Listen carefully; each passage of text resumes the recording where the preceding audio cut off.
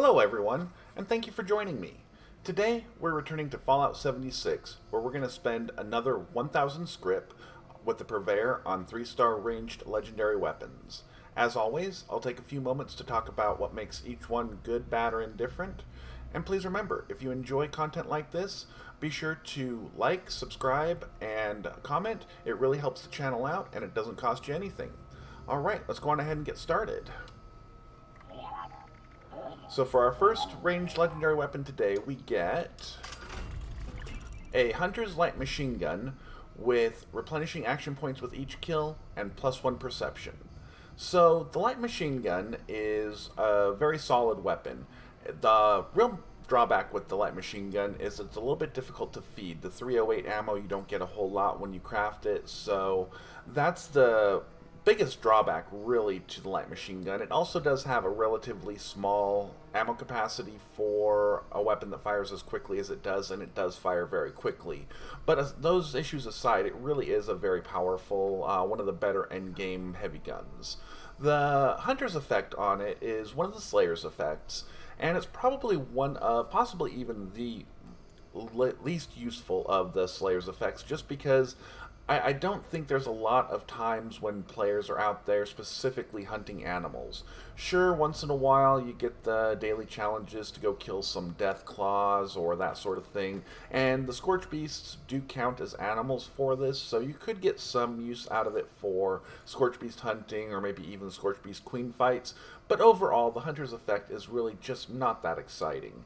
The replenishing action points with each kill is an excellent effect, but this is not really the best weapon for it, mainly because most players are not likely to be using a weapon like this in VATS just because with its extremely high fire rate, it is just going to chew through your AP very, very quickly. So even the replenishing action points with each kill is unlikely to keep you replenished enough with action points to be able to use this weapon consistently in VATS.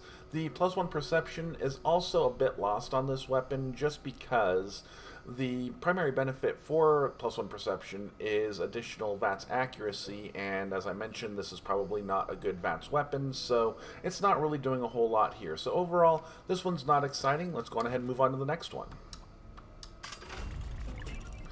And here we have a Stalker's submachine gun with +50% VATS hit chance and breaking 50% slower. So the submachine gun, it does less damage than other commando weapons, notably the Handmaiden the Fixer. But overall, it's an interesting weapon. Its range is a little bit low compared to those weapons, but it is a pretty solid weapon and can be a lot of fun, especially if you want to run around with a gangster-style character for role-playing purposes or even just because it looks cool. You get that Tommy gun feel with the submachine gun here. The Stalker's effect is not the effect you're going to want on pretty much any weapon, unfortunately. The Stalker's effect, I'm not convinced that it really does anything at all. It does cost you the +50% VATS AP cost from what I've seen in my testing when you're using it outside of combat, but I still miss sometimes when I am outside of combat, so I don't see where I'm getting +100% VATS accuracy out of it. The +50% VATS hit chance, that's one of my favorite effects, and that could be very good on this weapon, and that's probably better than, well, much better than the first star on this particular weapon. And I could see some players possibly using a weapon like this, you know, if you're a lower level player and don't have a lot of good legendary weapons, until you get something better just because of that +50% VATS hit chance. It does increase your damage because it does make it easier to target those weak points and successfully hit them with each shot. And it also effectively increases the range a bit because it counteracts the accuracy penalty once you get past the range on the card on your weapon. You will still see some damage drop off once you get past that range, but at least you'll be able to hit your enemy even if it does take you a few extra shots to put them down.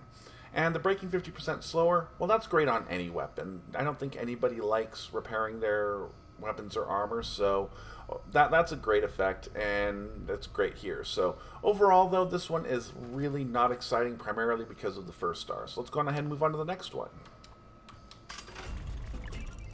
And here we've got a Nocturnal Cryolator with plus 25% damage while aiming and 25% less VATS AP cost. So the Nocturnal effect got a buff a few months back when they rebalanced all of the legendary effects. It used to be that if you were using a nocturnal weapon during the day, it would actually do less damage than a non-legendary version of the weapon, which in many players, including mine, a view of the nocturnal effect made it worse than a non-legendary version of the weapon.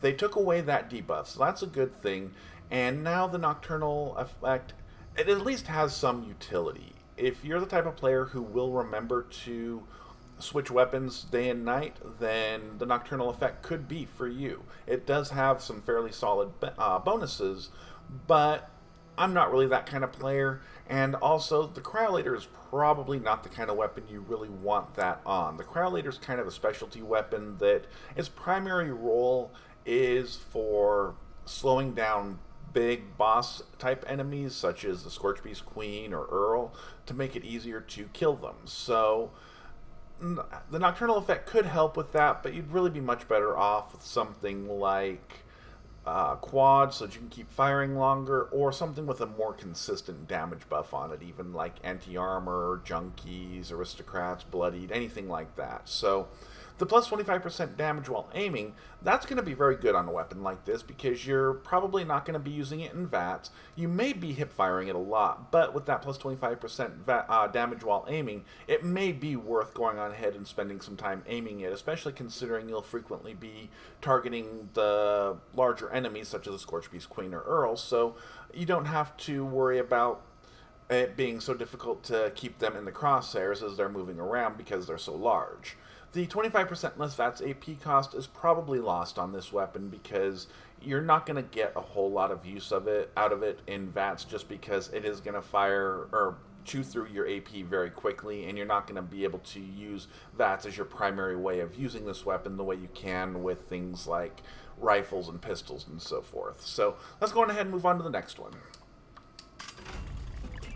And here we've got another Stalker submachine gun with replenishing action points with each kill and 90% reduced weight. So this one is almost exactly like the one we got earlier, so I'm not going to go into much detail about it. The 90% reduced weight is the major difference there.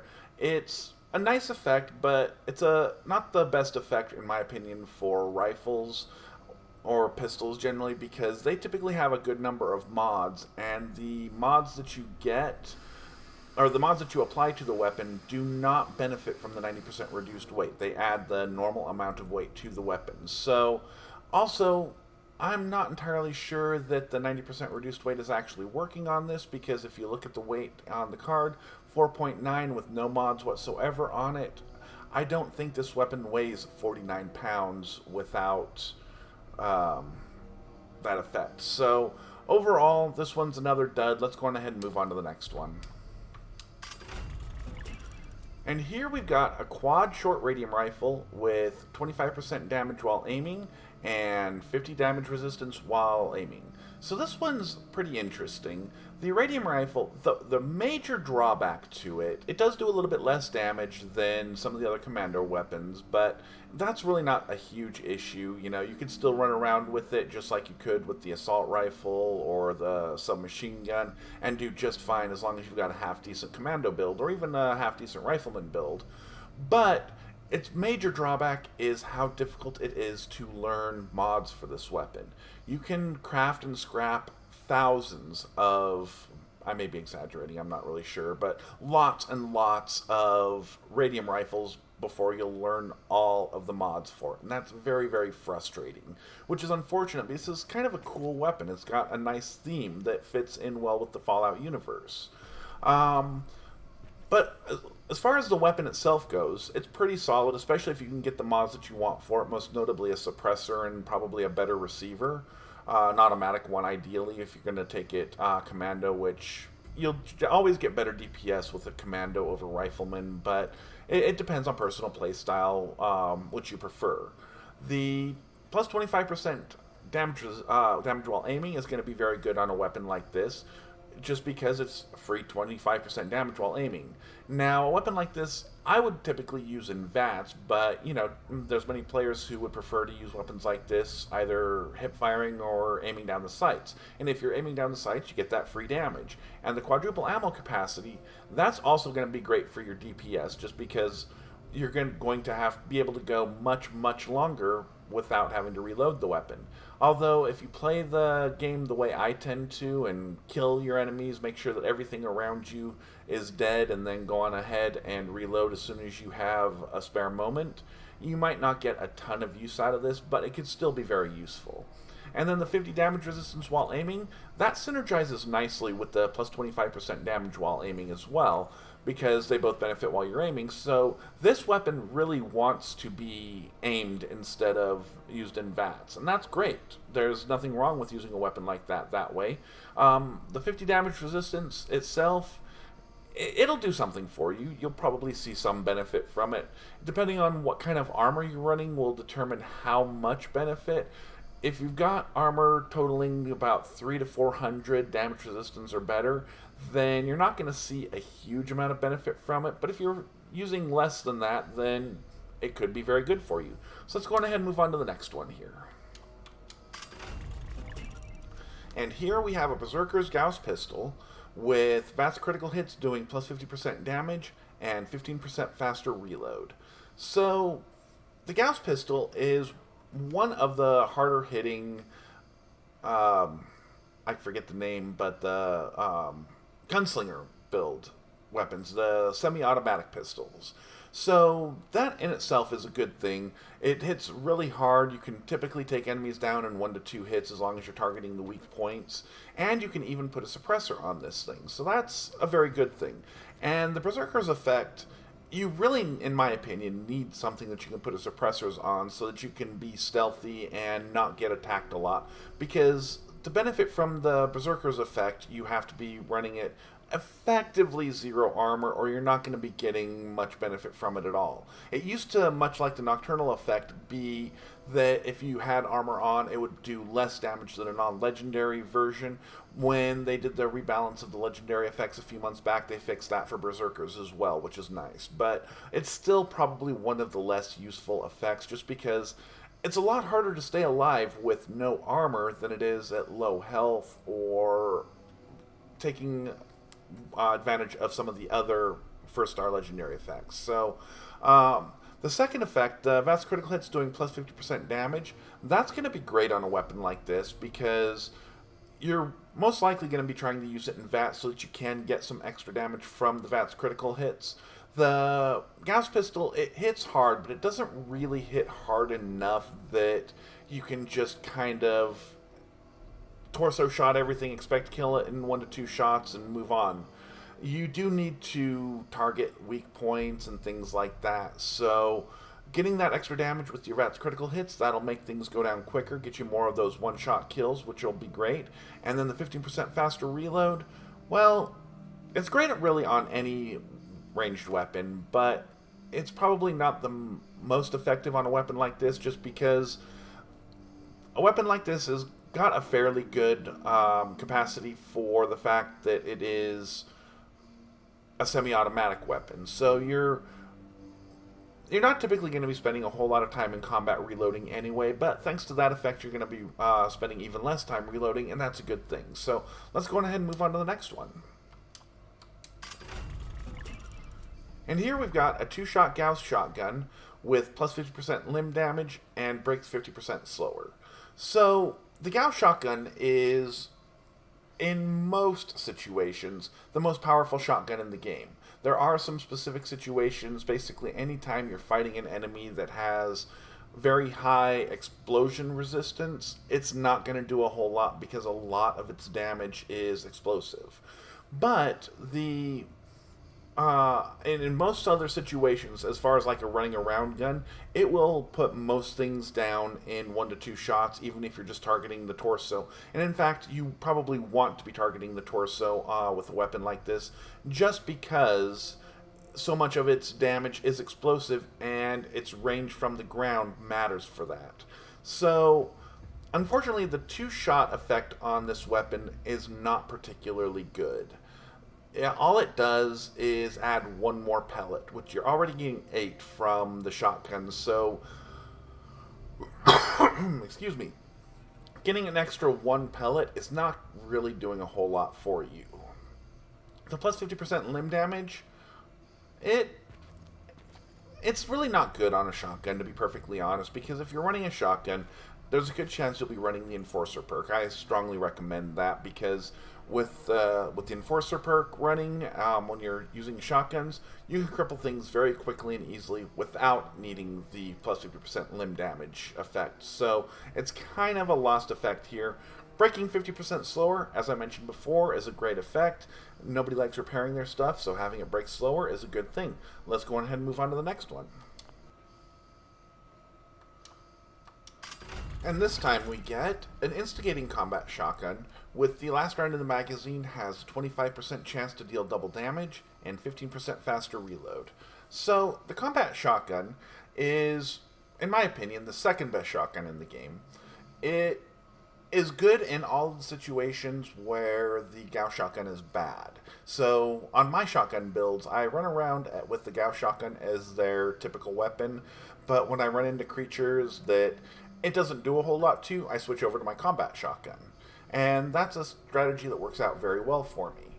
The benefit of the Combat Shotgun over the double barrel and the pump action is that it does have a mod on the magazine that allow you to gain that 40% armor penetration. Since there's no perks for shotguns to gain armor penetration, that's a big deal. Gauss shotguns have the same thing as well, just figured I'd mention that as well. The instigating effect on a combat shotgun, it's not the best, but it's not the worst. The instigating effect, it's not really doing what it says. The double damage if target is at full health, that's double the base damage of the weapon. It's not double the damage number that you see on the damage card, assuming that you've done anything at all to increase that base damage. You know, perks, chems, anything at all like that. So you're really only getting a strong benefit out of the instigating effect if the weapon has a high base damage. The combat shotgun does. Unfortunately, it's divided up amongst 8 pellets, so that does kind of diminish it. But if they all hit, then you still get the benefit of the instigating effect for that first shot. So it's not the best effect. It's not the worst effect. I would prefer it on something like a hunting rifle, a Gauss rifle, things like that. But it's serviceable on a combat shotgun. The last round in a magazine has having 25% chance to deal double damage. In my opinion, that is absolutely worthless. It's like not having a second legendary effect at all. You might actually see it in use occasionally on a combat shotgun just because they have such a low ammo capacity no matter how you mod them out, so that you may actually relatively often fire the last shot in the magazine, even if you do regularly tactical reload the way I do. But even so, you're still only going to see it 25% of the time when you do fire that last round. So it's pointless. The 15% faster reload, I mentioned that before. That's good. It'll give you a very, very fast reload on the combat shotgun if you happen to also be running the I forget the name of the perk, but the perk under strength that also increases the reload speed and reduces the weight of shotguns in general. So that's a good effect, and stacks well with that to make very, very fast reloads. Alright, we got 2 more here. This time we get a Zealot's short plasma pistol with plus 50% damage to Scorched, replenishing action points with each kill, and 25% less VATS AP cost. So the Zealot's effect is another one of the Slayer effects. It's probably one of the more useful effects just because you can get some use out of it with going to Scorched Beast Queen fights or just hunting Scorched Beasts in general. When you're hunting regular Scorched, they're not really going to be needing that effect to take them down because they're pretty squishy to begin with. But the Scorch Beast Queens and the regular Scorch Beasts in general, they can generally take a bit of punishment, so getting some extra damage against them is not a bad thing. And the Plasma Pistol, which can also be modded out to be a rifle and either automatic or semi-automatic in both cases, is a very strong choice if you are not looking for stealth options. If you just want to run and gun, the Plasma Pistol, Plasma Rifle does hit hard, so it's not a terrible choice there. And then replenishing action points with each kill. With a weapon like this, because it does not gain any benefits from stealth, and its damage is not going to be as high as a heavy gun, for example, outside of stealth, getting some extra damage from some VATS critical hits is going to be useful.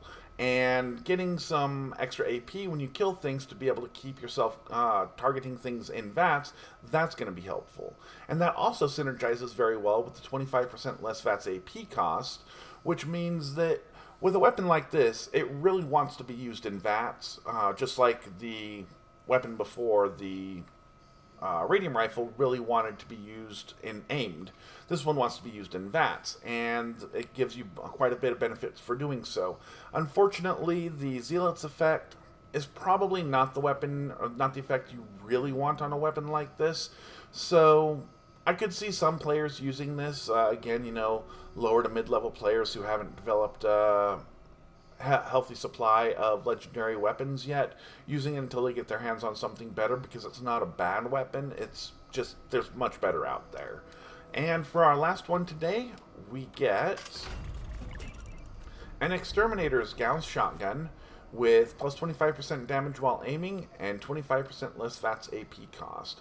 So I talked about the Gauss Shotgun earlier. The Exterminator's effect is another one of the Slayer's effects, and it competes with the Hunter's effect for what I consider to be the least useful of the Slayer's effects. There's just not a whole lot of times I can think of when players are going to be running around intentionally hunting Mirelurks or bugs. Yeah, if you're still grinding out reputation with Crater, you can go kill some Mirelurks or a Mirelurk Queen every day and deliver some Mirelurk meat or Mirelurk Queen meat to Ohio River Adventures, but I don't see many players thinking it's worth keeping a weapon around specifically for that use case. Better to have something a little more versatile that you can just use that with your typical running around weapon. The plus 25% damage while aiming, that's very good on a weapon like this. This weapon could be used effectively either inside VATS or outside of VATS, your choice. You will tend to do more damage, in my experience, with the Gauss Shotgun when to one specific target if you use VATS, but when you use it outside of VATS while aiming, you can get very good damage to a group and take down several enemies in one shot. So the 25% damage will also help with that when you're aiming. The 25% less VATS AP cost, it's kind of at odds with the plus 25% damage while aiming, because one wants you to aim and the other one wants you to be using VATS. Obviously, you can't be using both at the same time, and there is something to be said for having a weapon that's versatile and gives you a benefit whichever way you choose to go. I'm of the opinion that you're better off with a weapon that synergizes better for the way that the mode that you're trying to use it in, and then if you want to switch to a different mode, then maybe switch weapons. So overall, this one's not exciting. I'll be going back to the Scrip box as well. So overall, we didn't get anything super exciting today. So far, I don't think we have really on any of these yet, but one of these days I'm sure we'll get something good. Until then, I appreciate you tuning in, and I'll talk to you next time.